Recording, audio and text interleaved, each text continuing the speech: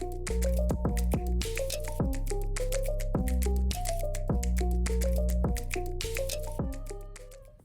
guys, so the next video I wanted to do was showing you some common mistakes that people make when they're doing their makeup. So this is the makeup look I did in the previous video. So I just felt like I could kind of tag on to that and show you just some mistakes that people make. Brian asked me if I thought people would be offended at pointing out their mistakes. I hope not. I don't know. So hopefully not. If you are, sorry. But I don't want you looking like a clown walking around the streets. So we'll see. So one of the first mistakes that people make a lot, and maybe I just noticed this more because of the brows, that I do brows. If you don't know, I'm also a permanent makeup artist. So I do microblading, brow lamination, makeup lessons, things like that. But one thing that people do a lot is either their brows are too far apart or they're too close together. So ideally, and I have my brow pencil here, is you want your brows, like if you, assuming that you don't have like a super duper wide set nose, you would set your brow pencil kind of right here, and it would hit the outside of your nose and you could draw a line, and that's where your brows would start. A lot of people's are kind of right here. So that's where my eyebrows actually naturally grow. So I have to do quite a bit to kind of pencil them in even further than that. And even one of them grows further this way than the other. So typically for me, there's a lot of correction that I have to do just on a daily basis to get them to where they should be. So that's one thing. Now, if your eyebrows, or if your nose is a little wider set and you're not really sure where to go, another thing you can do is like right here where your nose dips in. I drew a line on my face, but where your nose dips in is also a good place. So right here where it dips in, like where you would have a nose ring maybe, where I used to have a nose ring, dips in right there. I want to get my nose pierced again. Brian said I'm too old. What do you think? I want to do it. Who knows? So the other thing is then people draw them in too close. So you really don't want them any further set in than that. I know a lot of people do it, but I really wouldn't. So if you're unsure, book a consultation with me on my website. You can do that. We can book a consultation and we can kind of go over your brow placement. Once we're allowed to see people in person again, we could book one together and I could kind of map your brows out and we can draw them on with an eyebrow pencil, and I can show you where they should go. Another thing, too much powder. So that's something that can really age you quite a bit. So I was going to show you kind of what that would look like. So I'm just going to actually do all the mistakes. So over powdering is really easy to do. I probably have been guilty of that a lot because I used to be so oily. So a lot of people used to bake. Some people still bake quite a bit, and that's where you would kind of let your powder sit underneath your eyes, maybe around here. And I still let mine sit around here, but I make sure to brush it away.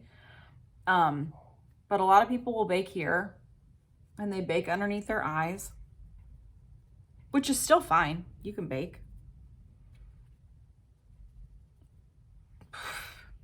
Bake everywhere. Bake for life. And then when you brush it away,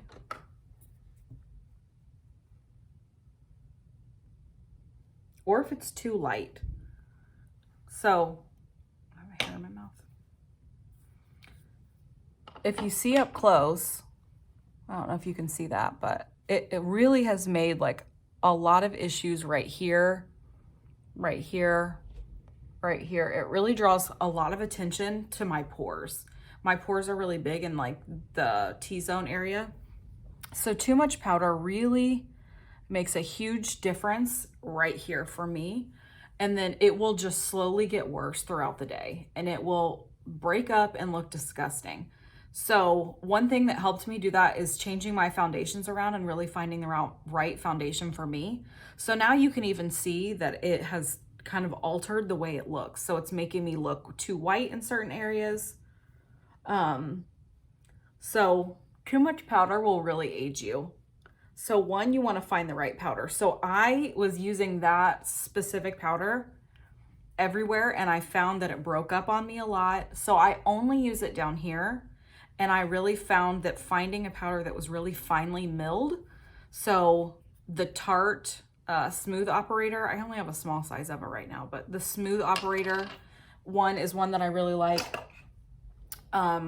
Because it's really finely milled and so it doesn't really accentuate my pores. I ordered a different one by NARS because I want to see if I like it better.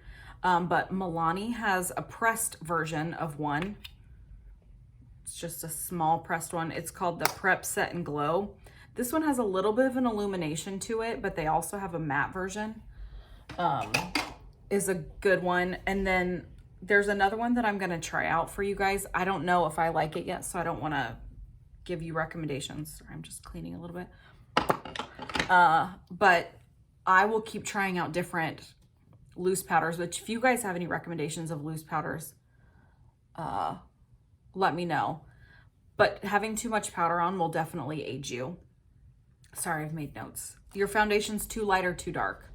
I've been notorious of this a million times over the last, I think probably the last maybe year. I've been the best about not doing that, but because my neck is so much lighter than my face, you kind of, it's always a struggle on which one you're going to match. You're going to match your neck, you're going to match your face, which one you're going to do.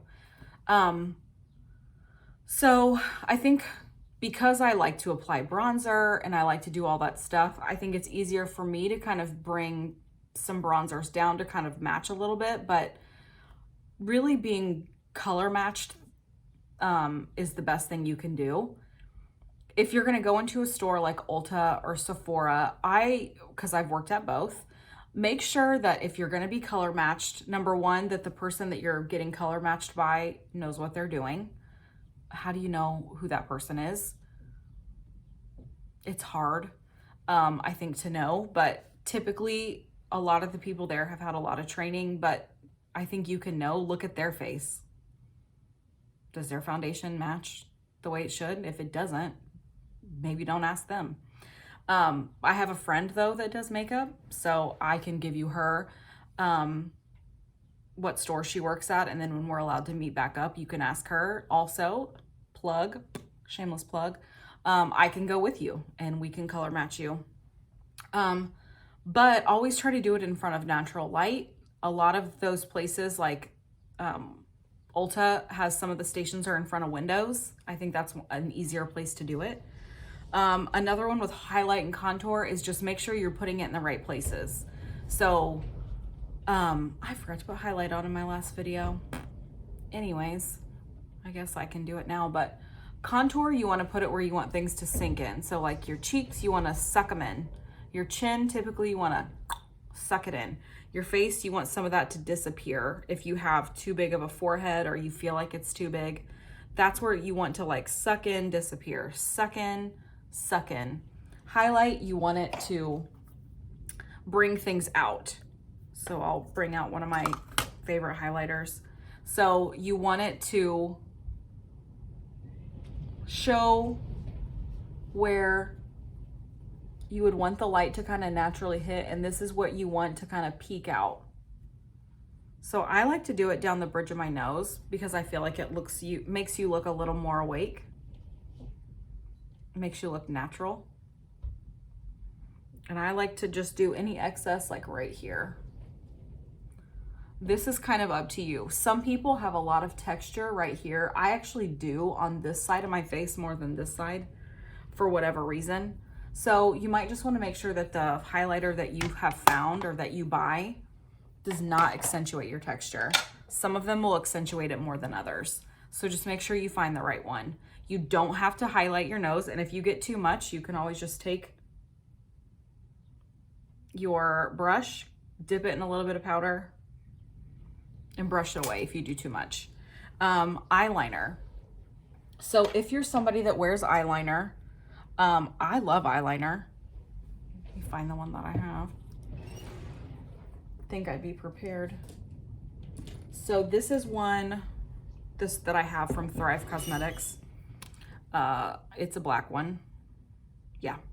So if you're gonna do eyeliner, make sure that you're getting as close to the lash line as you can.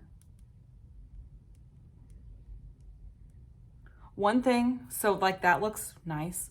One thing that I think that people over the age of 35, or anybody that can do this that makes a big mistake, is if you have smaller eyes, close set eyes, do not draw eyeliner all the way in to here.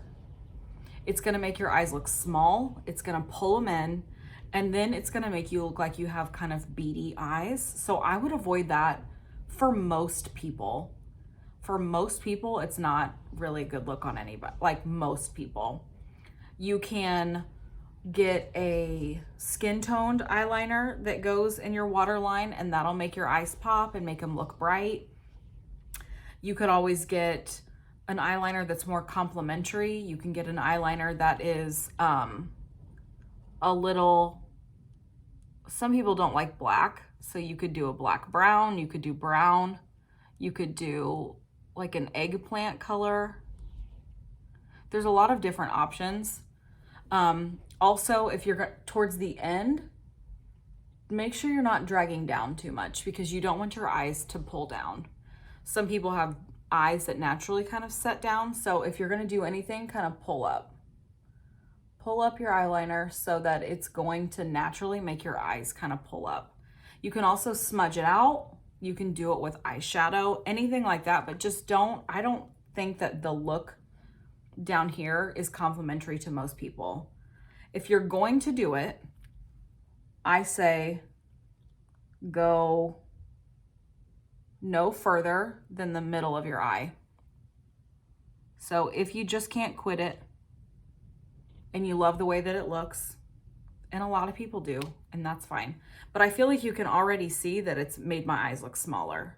And I have fairly wide eyes and I have a lot of space right here. But if you're gonna do it, don't do it any closer than like maybe a quarter, 1/3 of into your eye, because it's gonna pull it in too much and it's gonna make you look squinty. The next thing is eyeshadow in the wrong spots. This is really easy to do if you're not super familiar with eyeshadow. So I'm gonna pull out one of my palettes. This is just the Jaclyn Hill palette. And I'm gonna pull a darker color. So I'm gonna pull like one of these over here in the corner. I don't know if you can see that. And pulling your eyeshadow up too far. So if you get a darker eyeshadow and you pull it up too far, because smoky eye, a lot of people like to do smoky eye for like a date night. Some people do it every day. I used to when I was younger. And I have a lot of lid space, so,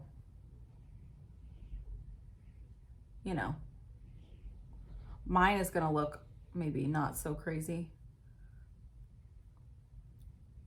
But if you're gonna do a smoky eye and you pull this dark all the way up here, number one, it's not gonna blend very well. Fall out. It's not gonna blend very well. It's gonna make my eyes look smaller. So like all the pictures of me in my 20s, my eyes look tiny because these are all the things that I did.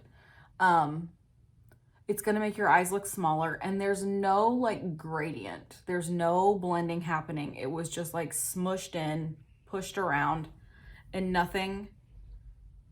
Like, it looks like a big face and a little eye, and I have a ton of space, a ton of eye space. So that's not really what you wanna do. If you're gonna try to build a smoky eye, because they are pretty, you wanna make sure that you're really building it up and you go really slow. And you really wanna stay in this corner. And just know that smoky eyes aren't for everybody. And there's specific ways to do it for every eye shape. So like if you have a hooded eye, there's a different way that you need to do it than what I would do. So like this is even smokier than what I had, but look how much better this looks than this. Like, so much better. And this is already like smokier, but my eyes look so much more awake than this one. And I would prefer really to have, don't do this at home, no eyeliner, in that I would not put the eyeliner here because it would make my eye look so much more awake. Another thing you can do to look more awake is put a shimmer shadow in the corner right here. And that will brighten up your face too and make you look more awake versus like all this darkness right here, because sometimes you've just canceled out all you've done with your concealer by adding all that dark shadow on your face, because you're just gonna bring that in. Okay, we talked about highlight with texture, so you want to be careful if you're adding highlight on your face that you don't go down too far if you've got a lot of texture on your cheeks. So that's one thing you want to be careful of if you're buying blush. Just make sure that if you have a lot of texture on your face right here, that your blush is not super shimmery, because it's going to highlight all that texture, and that's not what you want. You don't want to draw attention to the fact that you've got texture on your face. Same with your highlight. So you can just do it right here, or you can avoid it altogether. If that's not something that you're comfortable with or not something that you want to do, you don't have to do that. So your blush and your eyeshadow, I am not somebody typically that's going to spend a lot of time thinking about like, does my blush and my eyeshadow go together? However, there is some kind of science behind it. So you're not going to want to do a lot of like copper eyeshadows and bright red blush. Like, they just don't look good together. You would want to do something in the same color family, maybe a peachy color or something like that. So think about those things maybe when you're doing it. If you don't want to go out and buy a bunch of blushes, which blush is expensive, you can try to buy a blush palette that has a bunch of different blushes that come together so that you don't have to go out and buy individual ones that maybe you're not sure you're going to like. So you can get a blush palette that has a bunch of them together. I would always assume though that there's one you're not going to use. It's probably like some bright ass pink color, but you might be able to mix them together to make something that's really pretty. Know your limitations. If you don't feel comfortable doing a smoky eye, know your limitations. Like for me, red lipstick is not something I think that I'm ever gonna feel comfortable doing. I just don't like it. I don't like the way it makes my teeth look. However, don't be afraid to play around. It's just makeup. So you can wash it off. If it's ugly, take it off.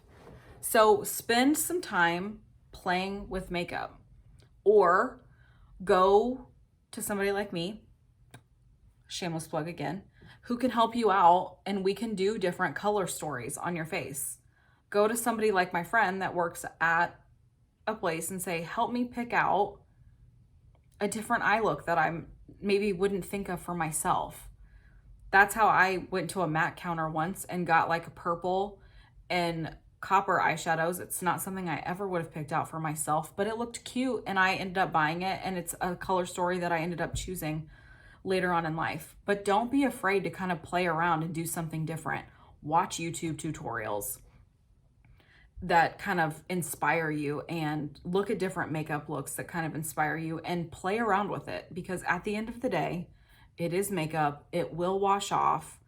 You can buy palettes that have crazy colors in it if you want, like palettes like this. Ignore how busted it is, but that have colors in here that maybe you wouldn't normally choose, or down here, or golds or things like that, and just play around. Makeup should be fun. It shouldn't be scary. Ask advice for people that you know, makeup artists that you might know.